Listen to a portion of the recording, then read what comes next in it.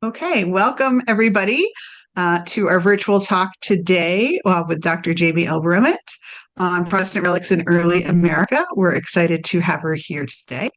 Dr. Brummitt is an associate professor of American religions at the University of North Carolina, Wilmington. She earned her PhD from Duke University, and her book, Protestant Relics in Early America, which was published by Oxford University Press in 2025, examines relic veneration, corpse inspection, and the art of mourning in the early United States. Sounds fascinating.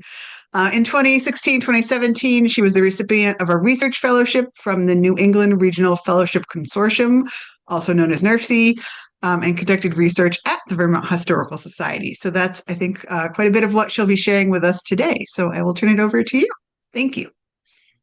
Thank you, Eileen.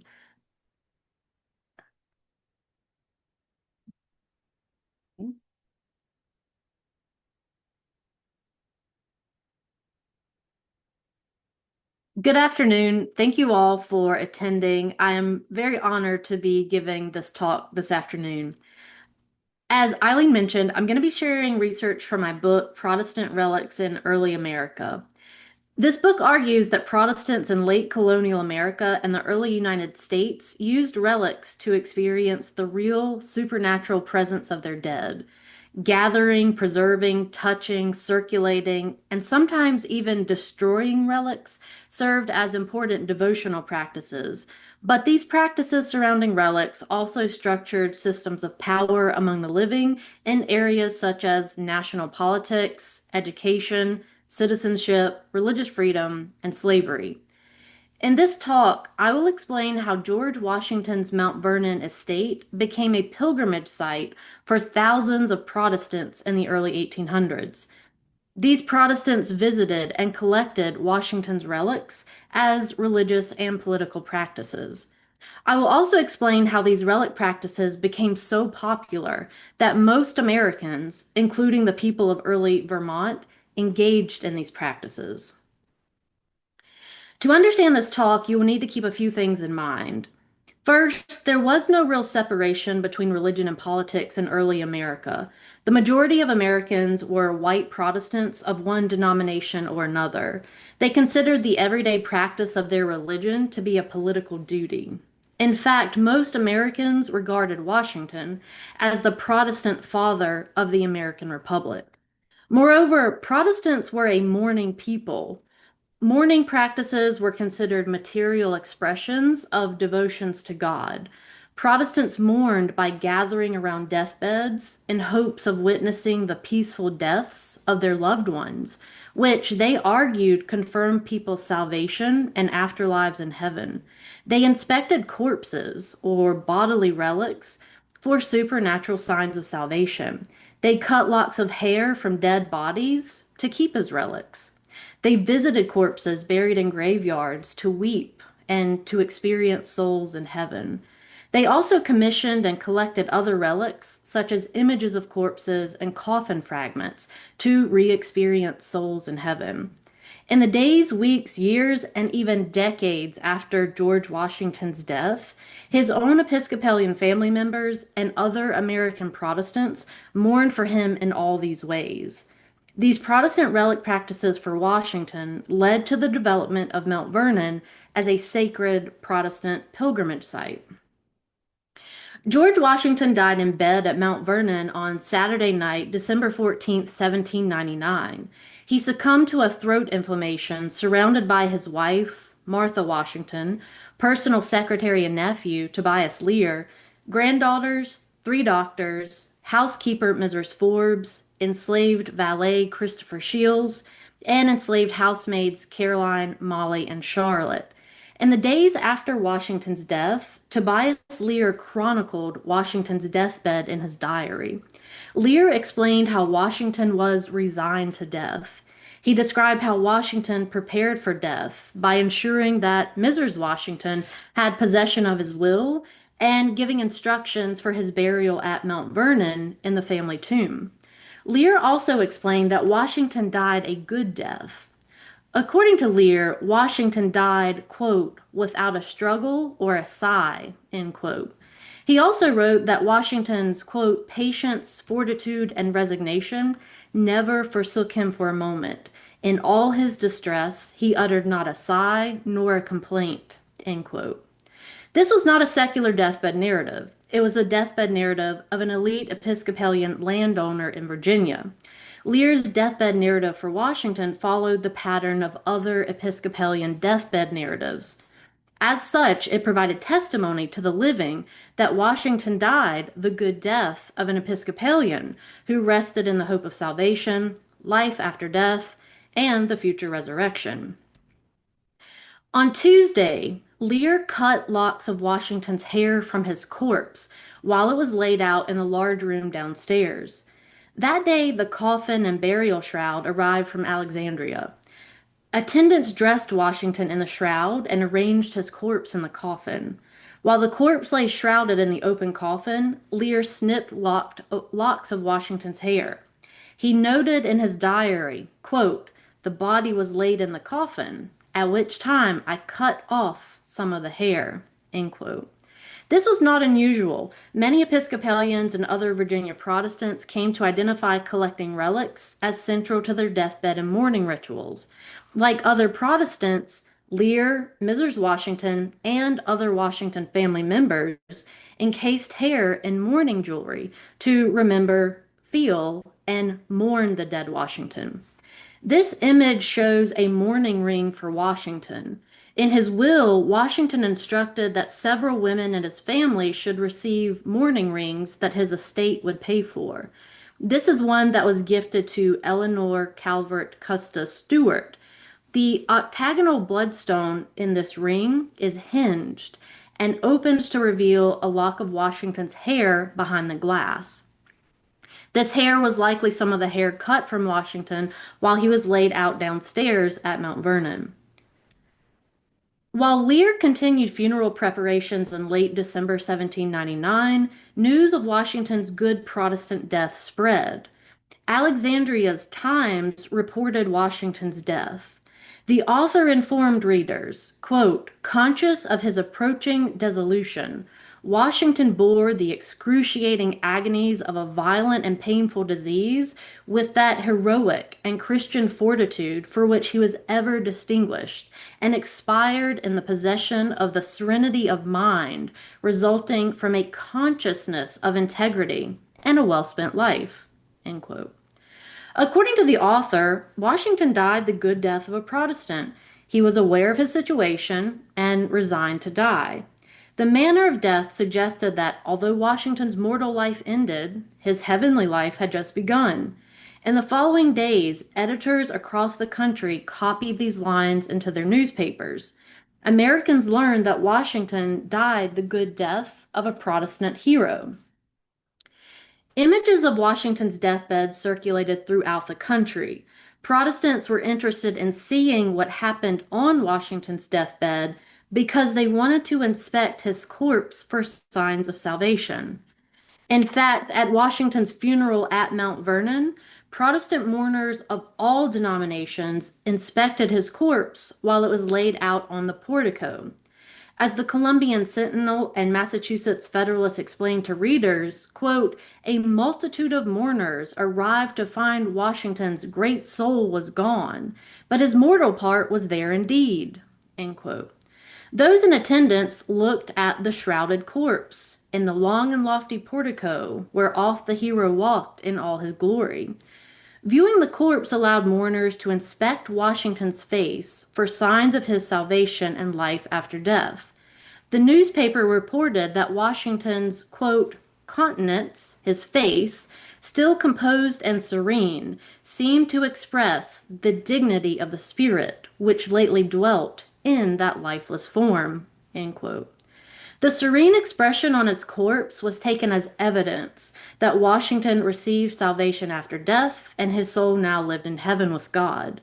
Viewing Washington's corpse connected mourners to his soul in heaven. The corpse was regarded as holy matter that had been marked by a godly soul. It worked as a supernatural bridge that connected heaven and earth. When this account was printed, It confirmed widespread expectations that Washington was indeed America's Protestant hero who received salvation and whose soul now lived in heaven with God. Those present for the funeral observed this in person. In fact, a week after the funeral, Lear inspected Washington's corpse again. On Wednesday, December 25th, Lear called someone from Alexandria to seal the coffin. Before it was sealed, Lear wrote in his diary that he, quote, took a last look, a last farewell of that face, end quote. 11 days after Washington's death, Lear found that Washington's face, quote, still appeared unaltered, end quote. He beheld, quote, for the last time that face which shall be seen no more here, but which I hope to meet in heaven, end quote. Lear inspected Washington's corpse one last time for confirmation of his new life in heaven and hoped they would meet there one day. After this, Washington's corpse was covered with a coffin top, which was inscribed with the Latin words, Rise to judgment and glory to God. Finally, the coffin was sealed, put into a case lined and covered with black cloth, and the wooden door of the family tomb was closed. Washington's funeral, like these deathbed and corpse inspection practices, followed the patterns of other elite Episcopalian landowners in Virginia. Washington was buried on his estate rather than in a churchyard. This practice was common among the wealthy in Virginia, given the vast distances between homes and churches. Home burials allowed families to care for graves and engage in practices at graves that maintained relationships between the living and the dead. This type of burial also showcased a person's social status. Except for those buried in Williamsburg, elite Virginia Episcopalians did not usually bury family members in church graveyards. Church burials indicated that a person had no land and belonged to a lower class. Moreover, as Lauren F. Winter has explained, home burial suggested that one's estate was holy ground, like a churchyard, and that one wanted to be resurrected with one's own kin. In the days after Washington's death, the United States Congress issued mourning resolutions that urged all Americans to mourn for Washington. Members of Congress called on Americans to wear black armbands for 30 days. They set aside December 26th as the day for Washington's national funeral, which was to be held in Philadelphia's German Lutheran Church, the largest Protestant church in the city. They set aside February 22nd, Washington's birthday, as another national day of mourning for the public to engage in prayers, orations, and additional funerals. Congress also called for Washington's corpse to be removed from Mount Vernon and reinterred under the U.S. Capitol, so the building itself would be infused with his virtuous presence, and all Americans could visit the site to experience the spiritual power of Washington's earthly remains. In fact, the crypt under the United States Capitol had been designed with this purpose in mind, although on Washington's deathbed, he chose a will that favored home burial. While these resolutions did not use the words religion or Protestantism, they upheld very specific white Protestant mourning practices as normative political practices for all Americans, even those who were not Protestant. Congress expected that everyone should visit the site where Washington's corpse lay so they could be infused with his virtuous heavenly presence at the grave. In response, Americans who were not Protestant sought ways to mourn for Washington that did not violate their own religious traditions. The Catholic bishop of the Diocese of Baltimore urged priests and congregations not to mourn for Washington as if he was a dead Catholic. In a late December letter, Bishop John Carroll instructed Catholics that they could honor Washington's life, but they could not give funeral sermons from scripture like Protestants. Instead, Carroll explained Catholic clergy should model their orations after those of Catholic priests in the past who had given orations for virtuous pagan emperors. Carroll not so subtly reminded clergy that Washington was not baptized in the Roman Catholic Church. Therefore, Washington could not have a Catholic funeral service. Moreover, Carroll made it clear that Catholics could not say prayers on behalf of the dead Washington. Doing so risked implying that Washington was either a dead soul in purgatory or a saint in heaven. He was neither. Washington was a Protestant. Carroll advised that Catholics could honor Washington's life, but they should not hold funeral services for Washington, and they should not pray for the dead Washington. Following the congressional mourning resolutions would have violated Catholic theology, mourning traditions for the Catholic dead, and Catholic relic practices. Over the next year, the United States Congress debated exactly how Washington's corpse would be reburied in Washington, D.C. Some congressmen did not think burying Washington in the Capitol crypt with a small monument would do justice to his memory. Many members wanted to mark Washington's new grave with a grand monument, something that would express his eternal glory and immortality. A proposal carried that set aside $200,000 to build an extravagant mausoleum not far from the Capitol. It would house Washington's corpse inside a special burial chamber. Americans would be able to visit Washington's corpse and experience his glory, immortality, and spiritual presence there. This is one design for the mausoleum submitted by Benjamin Latrobe, although Congress chose a much larger design by George Dance. By December 1801, however, political infighting prevented Senate and House members from agreeing on a final version of the mausoleum. It was never built. Washington's corpse remained buried at Mount Vernon in the old family tomb until 1831, when the new tomb was built. While Congress debated the mausoleum plans, white American Protestants continued to mourn for Washington like they mourned for their family members. Young women wrote to Mrs. Washington and requested locks of her husband's hair to encase in mourning jewelry. The young women who requested these locks of hair said that they would work as talismans or supernatural objects of protection. They said by wearing Washington's hair, Washington would protect them. Young women at Protestant academies completed embroidered mourning pieces. These elaborate needlework pieces pictured Washington's remains buried at Mount Vernon, usually under monuments that did not exist in real life. Teachers made patterns for these pieces from lithographs that were published in the marketplace. These needlework pieces operated as mobile relics. They brought Washington's remains into the homes of ordinary Americans. Some Washington mourning pieces were also displayed in local churches. Some of these mourning images for Washington were copied as mourning images for individual family members. The Vermont Historical Society has one of these images. It is a watercolor copy of a Washington mourning image, but it was made as a memorial for Irene Rice, who died in 1842.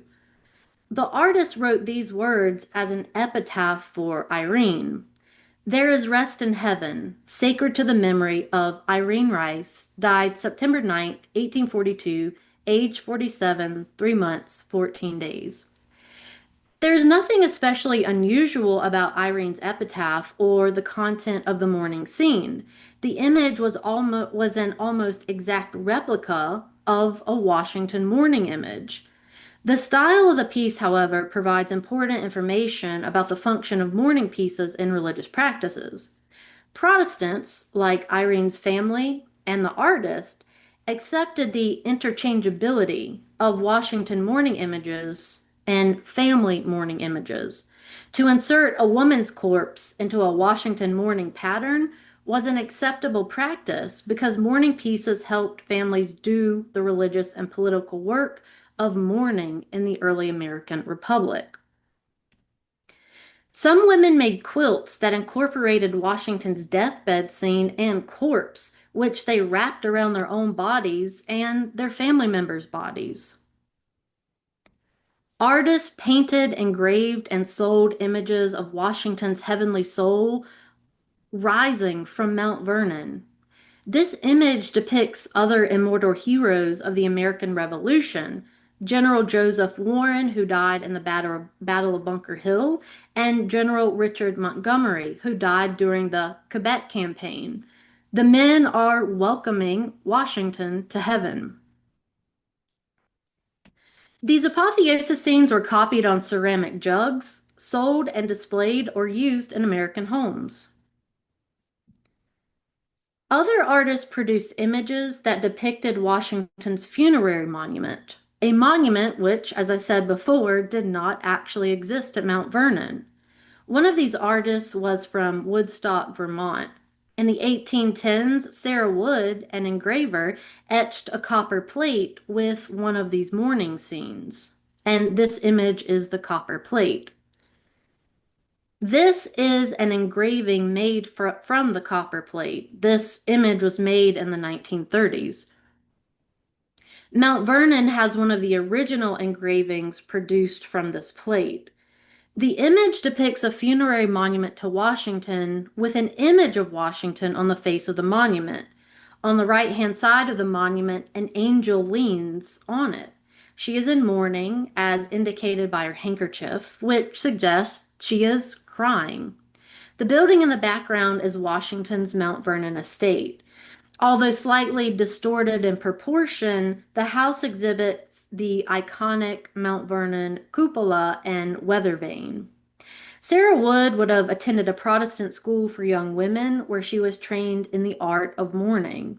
Usually, young women at these schools completed embroidered mourning pieces for Washington or other family members as final projects for graduation.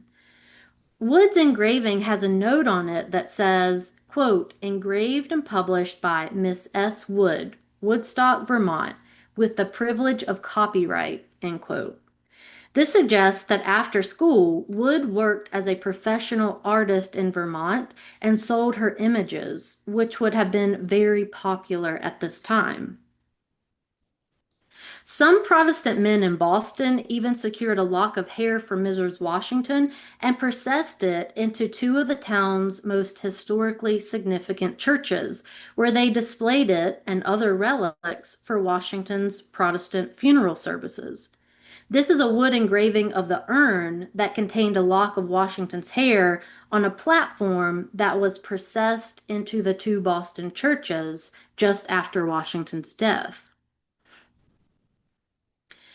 After the congressional bill for constructing Washington's mausoleum expired, American Protestants started making pilgrimages to Washington's tomb at Mount Vernon to be in the presence of his corpse and experience his heavenly soul. In 1806, Josiah Quincy, a United States congressman, later mayor of Boston, and future president of Harvard University, traveled to Mount Vernon, where he stayed in the room where Washington died.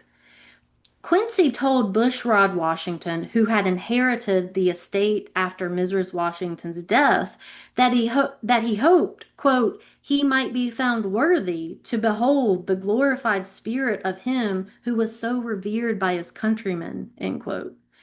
Later, Quincy reported to his son that he did see Washington that night in the room where Washington died.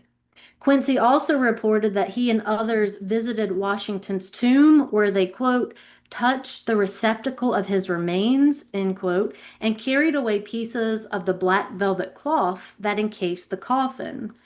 Tearing pieces of the pall, touching the coffin, and engaging Washington's heavenly soul were only a foretaste of the Protestant relic practices that developed around America's father. Throughout the 19th century, Mount Vernon became a sacred Protestant pilgrimage site because American Protestants wanted to visit Washington's corpse, experience his heavenly soul, and carry away relics collected from his tomb. By the 1830s, American Protestants were teaching their children how to engage in these deathbed and relic practices using children's books. Major Protestant publishing houses issued memoirs of children that instructed young people to distribute relics on their deathbeds or collect relics from their friends' deathbeds as part of the Protestant good death experience. In 1833, the Massachusetts Sabbath School Society published the memoir of Anne Elizabeth Pierce. The memoir outlined the life, conversion, and death of Anne, a 9-year-old girl from Massachusetts who died in 1832. According to the memoir, Anne's parents provided her with no religious instruction in her short life. They did not take her to the meeting house, have her baptized, or read the Bible to her. Anne received most of her religious education from her local Sabbath school in the 2 summers before she died. In early 1832, consumption, or tuberculosis, seized Anne, and she no longer left her house. 4 weeks before she died, Anne's grandmother visited. The two engaged in Bible reading, sang hymns, and prayed together. Before Anne's grandmother departed, the child, quote, learned the way of salvation, gave her own heart to the Savior, and then besought her father and mother to do so also, assuring them that it was easy, end quote. Near death, Anne told her weeping parents not to cry because she was going to be happy with God. The memoir taught readers how to die like Anne. The book instructed young people to experience conversion before death and to minister to their family and friends on their deathbeds. Ministering to others included praying for the unconverted, reading the Bible, and singing hymns with them, as well as advising them to give their hearts to Jesus. The memoir of Elizabeth Pierce also taught children they should minister to their families and friends by distributing relics on their deathbeds. One of the most striking instances of Anne's death, the book explained, quote, was seen in the manner in which she distributed various little articles that had belonged particularly to her, end quote. The distribution of these articles occurred at a particular moment and in a particular place. Although the book did not indicate this explicitly in the text, the frontispiece and caption made it clear. The Massachusetts Sabbath School Society placed an engraving of Anne on her deathbed opposite the title page. The engraving visualized Anne's good death as she lay propped on pillows in bed, surrounded by her parents, siblings, and cousins. It showed Anne handing something to her mother. The engraving caption and text explained what happened. Quote, her clothes she gave to her sister, and as she did it, she said, now I suppose, mother, you will cry when you see them, but I do not want you should. End quote. The image depicted Anne gifting pieces of clothes to her mother for her sister to wear after her death. Anne also dispensed other items to the rest of her family. To her brother, she gave her Sabbath school certificates and received the certificates for her diligence and good conduct. She directed her mother to, quote, keep them for her brothers until they were able to read them. And then she said, give them to them and tell them to keep them to remember me by.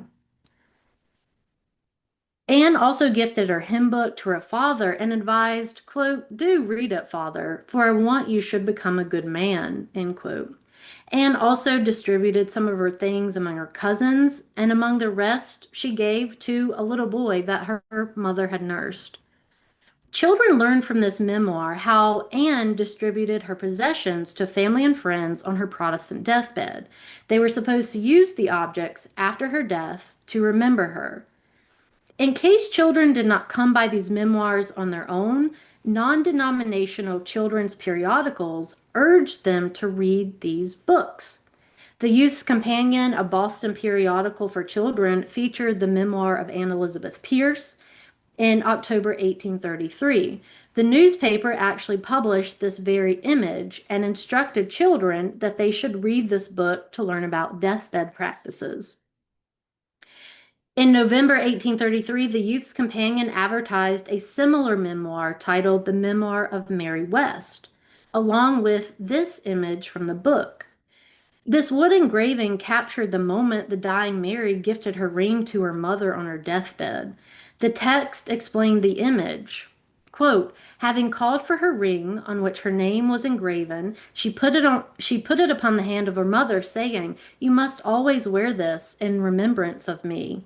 Then bid her farewell. End quote. Mary gave the ring to her mother. She expected her mother to wear it as a memory object. These books, images, and newspapers taught young people and adults that the deathbed distribution of their personal possessions as memory objects was a central aspect of the Protestant good death. By the 1830s, memoirs of children were a popular form of literature that taught audiences how to die the good death and how to participate in deathbed relic practices. Children learned that dying a good death meant ministering to their families, reading the Bible, singing hymns, and having supernatural experiences with God and Jesus in heaven. They also learned how to distribute their personal possessions as memory objects. Memoirs trained young people to become active participants in their own good deaths. Dying individuals were supposed to choose the relics they wanted to give to their family and friends. They were supposed to be deactivated commodities that the dying had used or touched in life. These objects served as embodied memories of the dead, which the living could use later in their Christian mourning practices. Memoirs also taught children how to participate in deathbeds as witnesses. They learned how to sing hymns and read the Bible with the dying. They learned how to sense the supernatural presences of God, Jesus, the Holy Spirit, angels, and souls of the dead. They learned how to inspect corpses for miraculous signs of salvation and eternal life. They learned how to collect relics that would allow them to experience the presence of the dead after the deathbed was over. This literature also encouraged children to write memoirs of their own dead family members and friends in the form of handwritten letters, books, or notes and diaries. While published memoirs and advice literature instructed evangelicals to collect and dispense relics firsthand at deathbeds, not everyone could be present for these occasions. In these cases, families and friends exchanged relics and deathbed letters modeled on the memoir genre. These deathbed letters reveal the ways Protestants negotiated with one another for specific kinds of relics. According to some Protestants, certain forms of relics worked better than others. Letters between the Reed family of Montpelier, Vermont, shed light on the types of relics Protestants collected and how they understood different types of objects to work as relics. The Reed family was a close-knit and large family with 5 well-educated daughters. As teenagers and young women in their 20s, they all attended various women's academies. These women also grew up attending the First Congregational Church in Montpelier with their parents. When one of the Reed sisters died, the other sisters exchanged relics and debated their efficacy in letters. On March 25, 1854, Emily Reed was so racked with grief at the death of her 21-year-old sister Gertrude that she scrawled an almost indecipherable letter to her twin sister, Eliza Reed Child. Emily scribbled, quote, "My dear sister, Gertrude has gone to her Savior. How I wish you was only here, you," end quote. The year before, Eliza married and moved from the family home in Montpelier west to Milwaukee, Wisconsin, with her husband. Emily continued, quote, "You can never know the dreariness of this day, but God is in all, and he will send us the Comforter, Jesus," end quote. The letter continued for 8 pages detailing Gertrude's death, though much of it is unreadable due to the author's hand quivering with grief. The letter explained that Gertrude experienced a protracted bout with consumption before her death. The Reed family anxiously awaited Eliza's acknowledgement of Gertrude's death. On April 1st, 1854, Mary, the eldest sister, wrote to Eliza again with news of the death. Mary lamented, quote, "It's now a week, just a week that we have been living without Gertrude, the darling of our home," end quote. In that week, two letters from Eliza arrived with no indication she had received the deathbed letter. Mary assumed by the time she received this letter, she would have shed sorrowful tears over the melancholy news. The family thought of Eliza much and felt her grief would be even stronger than theirs as she was, quote, so far from home and with the pressing desire of being with Gertrude in her last days, end quote. Despite the distance, Mary advised, quote, mourn not for this deathbed separation, dear Eliza. She remembered you with the warmest affection constantly, end quote.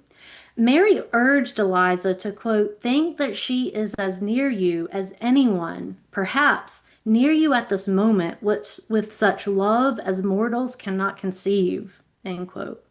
While Mary admitted this notion of guardian angels may be an unsubstantial romantic one, she said it was, quote, soothing and grateful to our wounded hearts, and we love to cherish it, end quote. Mary continued, quote, at any rate, we must think of her gloriously happy, safe from sin and sorrow, radiant with joy, and ever growing in beauty through all eternity, end quote. Gertrude's soul was borne to heaven, but her presence still lingered over the family, even as they were separated by great distances on heaven and earth. Not knowing exactly what Emily wrote to Eliza the week before, Mary provided more details of Gertrude's deathbed. In particular, she detailed the relics Gertrude gifted to the family. Mary explained, quote, with her customary order and precision, Gertrude had every box and drawer belonging to her arranged with great neatness and disposed her most valuable articles in gifts to her friends. There was scarcely one forgotten, end quote. Mary then recounted the items Gertrude gifted.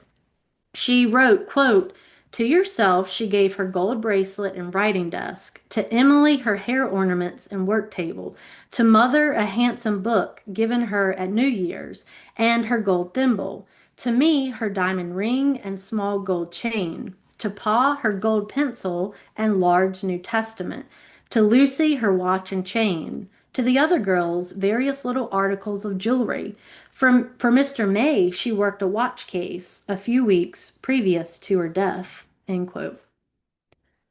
Gertrude accumulated quite a collection of jewelry in her short life. She fancied herself a jewelry maker and a hairwork artist.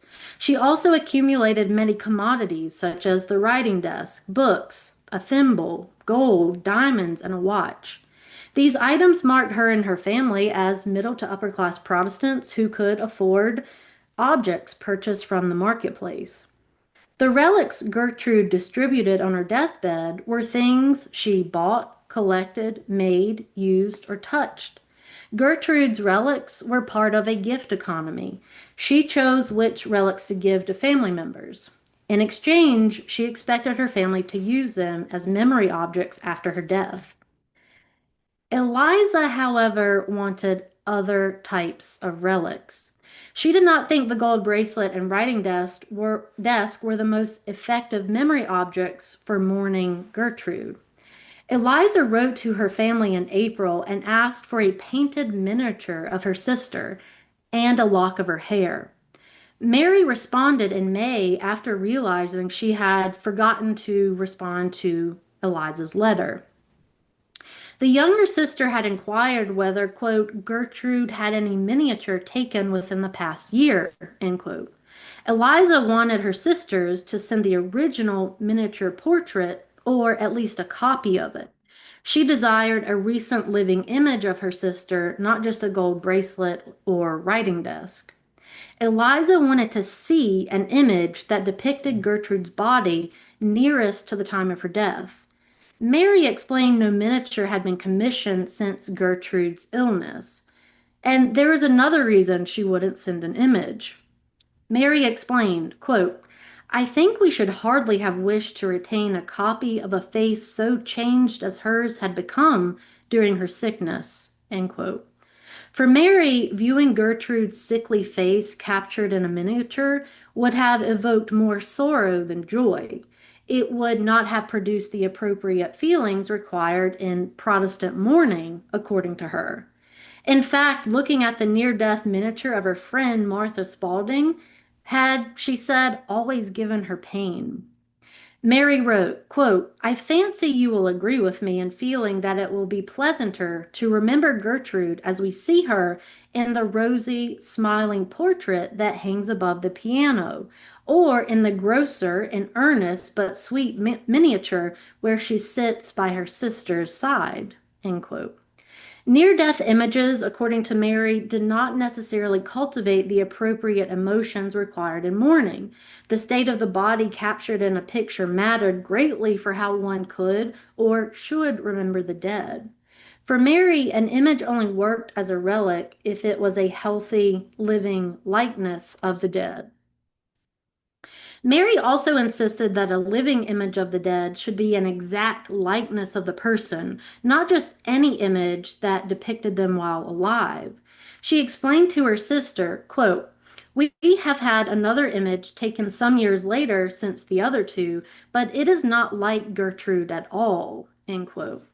According to Mary, seeing the rosy, smiling portrait that actually looked like Gertrude embodied and reflected her rosy, smiling true self.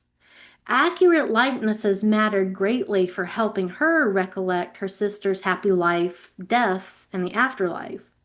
While Eliza assumed a near-death portrait would aid in her mourning practices, Mary supposed such an image would be an emotional hindrance. Portraits that captured accurate likenesses of living, healthy, smiling bodies, according to Mary, helped viewers enact appropriate forms of remembrance in Protestant mourning practices. Mary did not send Eliza an image of Gertrude. Instead, Mary sent Eliza a short lock of Gertrude's hair. Eliza planned to have the hair braided by a hairwork artist in Wisconsin and set it into a wearable mourning device, either a bracelet, earrings, necklace, or brooch, as was the fashion at the time. This desire may not have come to fruition. According to Mary, the lock of Gertrude's hair was, quote, so short that I fancy it cannot be braided in the way you mention, end quote. Given the lock's length, Mary had decided to preserve her lock of hair under glass, meaning she probably framed it in some way.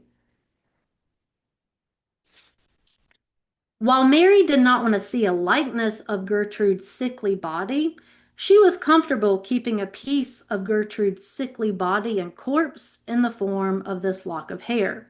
The short length of hair may have hindered Eliza from commissioning the mourning device as she desired. A short lock of hair remains with Mary's letter in the archive. Eliza kept the series of deathbed letters and at least some of the hair as relics among her possessions.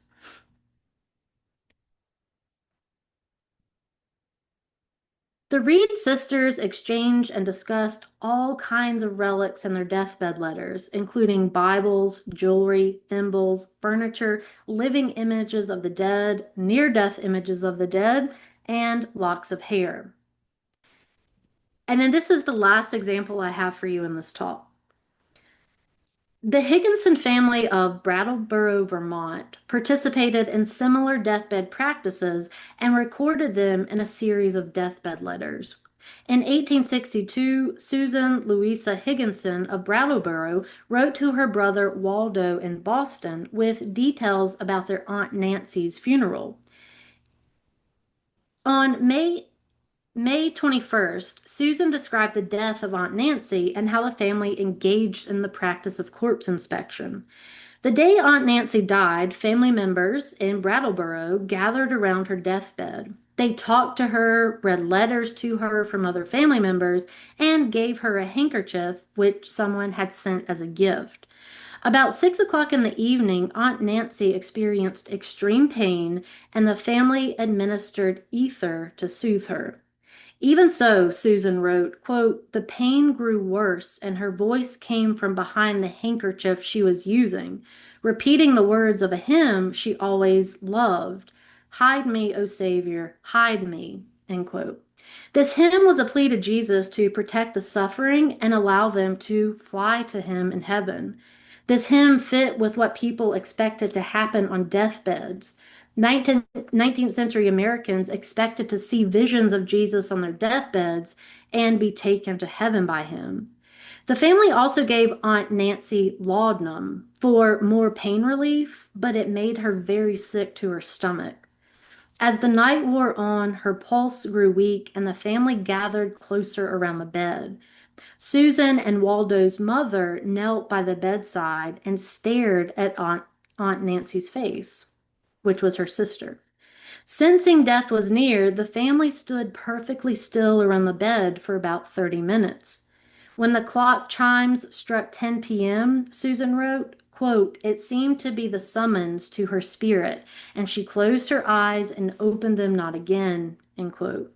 The family sang a hymn while they stood around Aunt Nancy's corpse, and someone also read the words of the hymn that she had quoted earlier that night. Susan and Waldo's mother left the room, but returned later. On returning, she and others engaged in the practice of corpse inspection. According to Susan, their mother, quote, "came back to look at Aunt Nancy and was soothed, as we all were, by the exquisitely peaceful expression which had come over her face," end quote. The practice of corpse inspection was made popular in Protestantism in the 1740s during the Great Awakening. English ministers like George Whitefield toured the American colonies and taught them to inspect corpses for supernatural signs of salvation.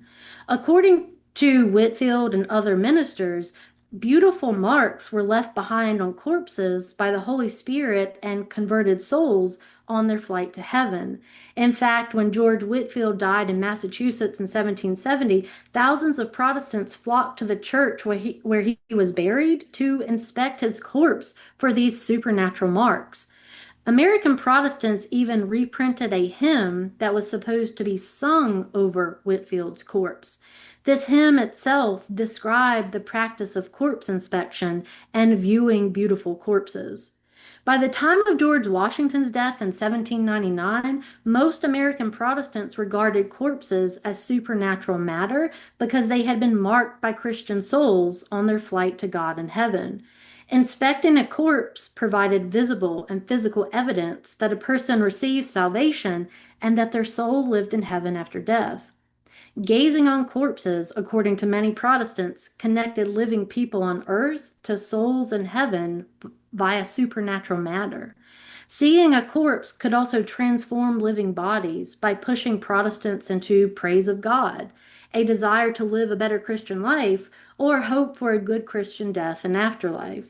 By the time Nancy died in 1862, Protestants had been teaching one another to engage in corpse inspection for over 100 years.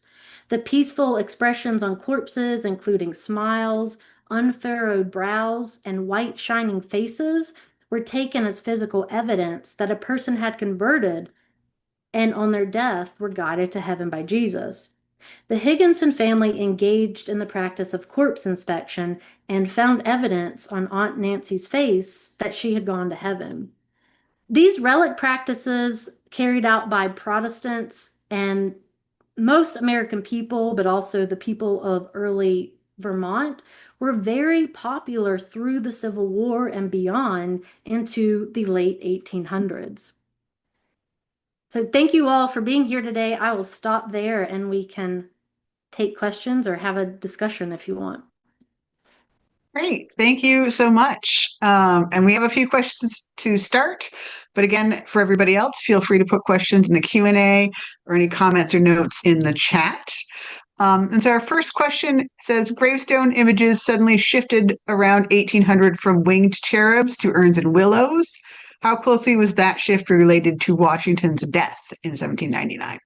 That's a really good question. So it wasn't actually related to Washington's death. It was related to George Whitefield's death. So George Whitefield died in 1770, and although most Americans don't know who George Whitefield is today, he was in fact America's first celebrity. Everyone in the colonies knew who he was because he was an Anglican minister, and he traveled the American colonies for over 30 years as an itinerant preacher. So he traveled from present day Maine all the way to Georgia, preaching to people. So everyone knew who George Whitefield was. When he died, these images emerged of weeping willow trees, monuments, or mourners weeping over monuments. So it's not, although these images are associated with Washington, that is because most Americans know who George Washington is today. But actually, this developed with the death of George Whitefield in the American colonies. So any of these images where you see kind of these weeping willow trees or mourners crying, the very first images associated with these came out of communities that George Whitefield was preaching to, and then later his own deathbed images and mourning images. Neat. Great. Next question. Have you seen any primary sources, diaries, or retrospective memoirs, or secondary sources, diaries or memories of parents, referring to how children received those good death memoirs and relic practices?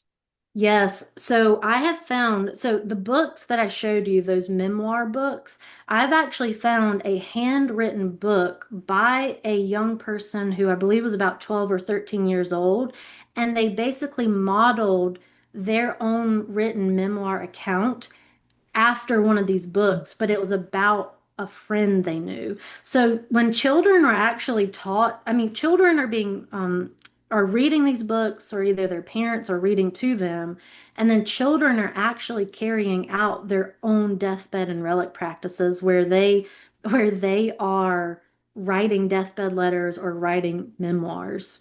And so the children who learned how to do this, the children who grew up in the 1830s and 40s, they are the people as adults who are writing deathbed letters, right? So the two deathbed letters that I talked about, those people would have learned what was happening in the 1830s and 40s as children, and then in the 50s and 60s, they were the adults doing these practices. So from all indication, it seems to be that children accepted these practices. They did them. Great. And last question in the Q&A right now is what sparked your interest in this topic? Great question. So I've always been very interested in death. When I was probably a very strange child. I was always interested in death because I grew up knowing most of my great grandparents and all of my grandparents. And so that means I saw them die as well. And seeing people die had a huge impact on me. So when I went to college and then to graduate school, I wanted to study how people responded to death. And so this became the topic of my studies was death. Great. And then a new question, how do these relic practices compare to contemporary relic practices in other religions? That's a really good question. So most Americans, and specifically most American Protestants today, don't even acknowledge that Protestants had these relic practices.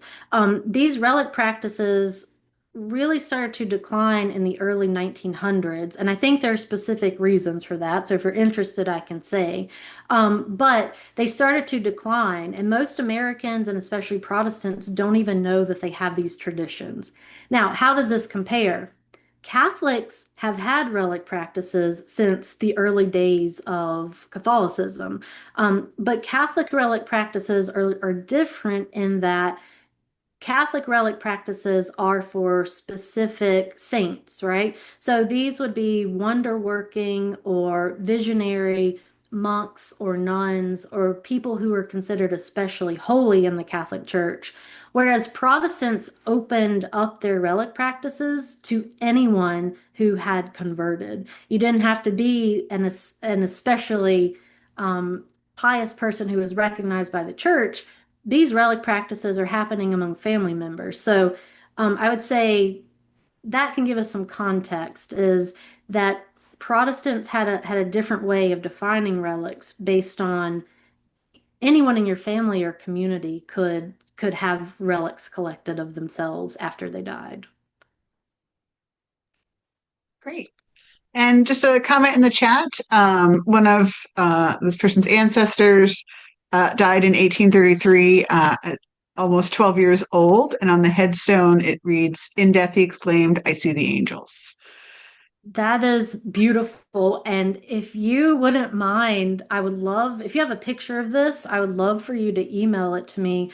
But this is exactly what I'm talking about is very often today we don't associate the supernatural with death. Most modern Americans see the supernatural as distant from their ordinary lives, even religious people. But that is not true of people in the 1800s. Deathbeds were these supernatural moments, and children were taught that in these death moments, basically the veil between this life and the next was very thin, and they were teaching children to look for the face of Jesus or to literally see angels. So, in some of these children's periodicals, like newspapers for children, they actually published images of sometimes children dying because they're teaching children how to die, with angels surrounding deathbeds or angels surrounding graveyards. So children are taught to sense the supernatural in a way that modern Americans really aren't comfortable with talking about the supernatural. So yes, please, if you would be willing to send me a picture of that, I would love that. Great. And then a couple more questions, and this kind of related was taking photographs of children on their deathbed. So again, talking about the later 1800s related to this type of relic practice and remembrance. Yes, absolutely. So postmortem images were first photographs as postmortem images, daguerreotypes were first made in the 1840s, but these were actually part of earlier deathbed traditions. So if we think about the images I showed of George Washington on his deathbed, or that wood engraving of a little girl on the deathbed, we need to think about postmortem images as modern photographs of deathbed images.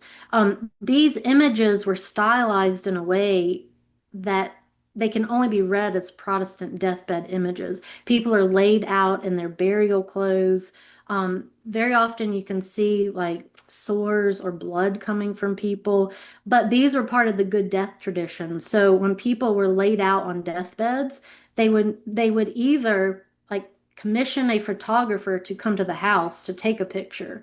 Or sometimes in cities, you could actually take a corpse to a photographer's studio. So yes, postmortem images in America are part of these Protestant relic traditions. People are using postmortem images to inspect corpses long after people have been buried. Right. And kind of a similar sort of piece of this question is asking about modern practices of displaying photos. So not post-mortem photos, but photos Hmm. of dead relatives. Similar, do you think, to exchanging kind of that miniatures that the Reed family was talking about?